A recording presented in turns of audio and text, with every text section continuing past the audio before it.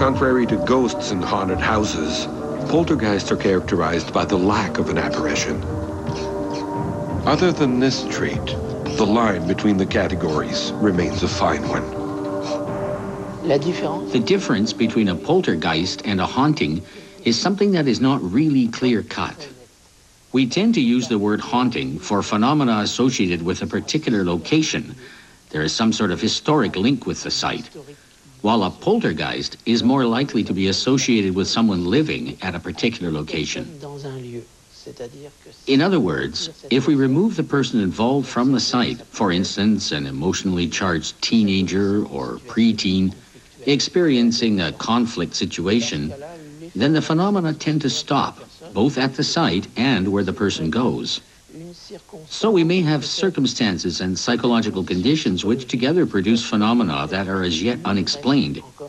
With hauntings, on the other hand, we have a phenomena which seems to be similar.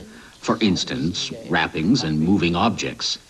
Sometimes, in the case of a haunting, there is the apparition of a form, but it seems to be much more linked to someone who disappeared at the location or perhaps was buried there with no headstone. In both cases, the phenomena remain unexplained and may appear relatively similar. Beyond categorizing the manifestations, researchers are split on the origin of the manifestations themselves. Are we really to believe that they're an entity from the spirit world? The question is still being debated. Dans le film Poltergeist, le médium explique que... In the movie Poltergeist, a medium explains that hauntings are the result of disincarnate beings caught between two worlds. While this interpretation is popular among the masses, what do experts think? The first scientific research into hauntings dates back to the 19th century. At the time, mediums and their levitating tables were all the rage, and it was through them that the first investigations began. Soon, groups and societies started to form, dedicated to studying these phenomena. Their methods and tools changed over time. Nowadays, old-fashioned cameras have been replaced with digital cameras, along with spectrometers, thermal sensors, and other fancy gadgets that look like they came straight out of the movie Ghostbusters. As investigations progressed over time, researchers split up into two groups with different views. One group thought there was a link with the spirit world, while the other thought there was a link with psychic powers as yet unknown to science.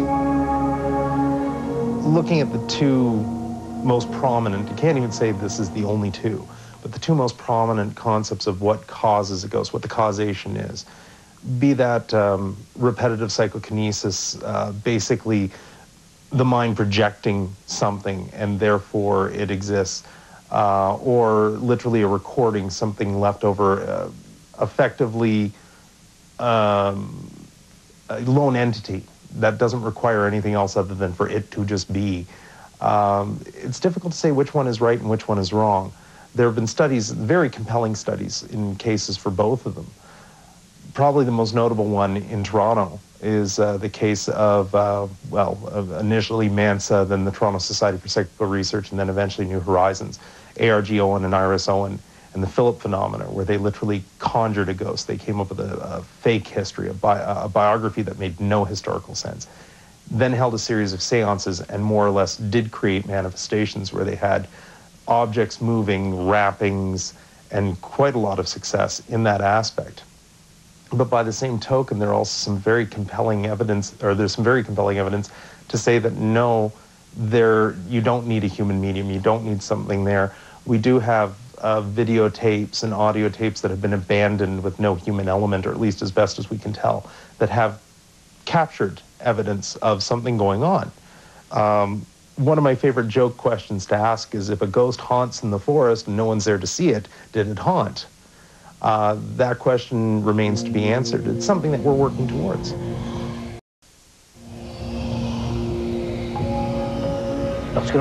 When we speak of ghosts, we usually think of haunted houses, a sort of rest area for weary souls. While ghosts are an endless source of inspiration for movies, the question still stands, what are they in reality? Important de se demander qu'en est-il dans la réalité. Haunted houses are usually places where ghosts like to stay, period. And in most cases, if you deal in a haunted house, they like to stay, but they don't like you to stay. And they make that very clear. There has been many fine lady or gentleman had their fanny pushed down the stairs in an effort to get them out of the house, because as far as the ghost is concerned, they don't own the house, it still belongs to the ghost.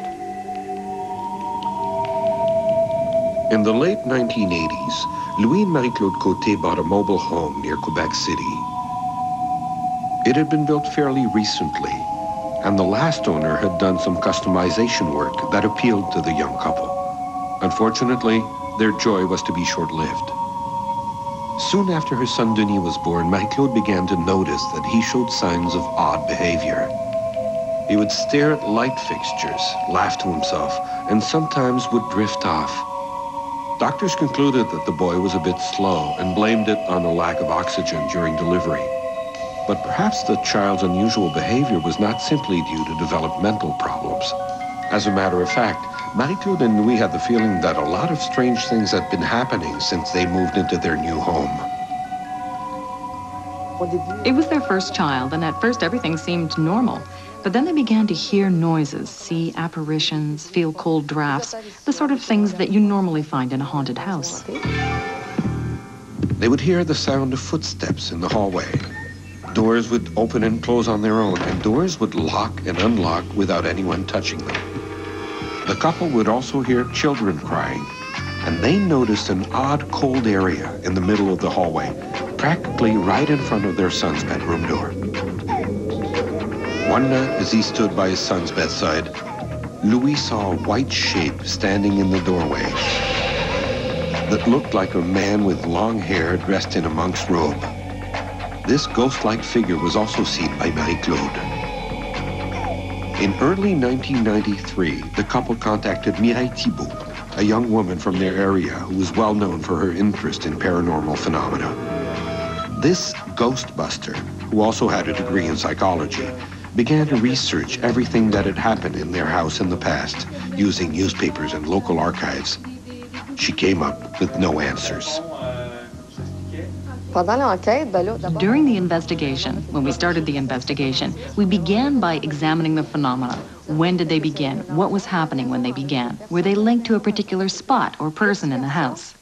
The little boy had autistic tendencies when he was born. He was a bit slow, and he seemed to be at the heart of the phenomena. He would shake in his bed when the phenomena began to occur. That was like a clue for us when he felt something was happening in the house. We tried to determine if the house had any history that could help us to explain things, but it wasn't a very old house. It hadn't been around very long. So we didn't find anything in the history of the house to help explain the haunting.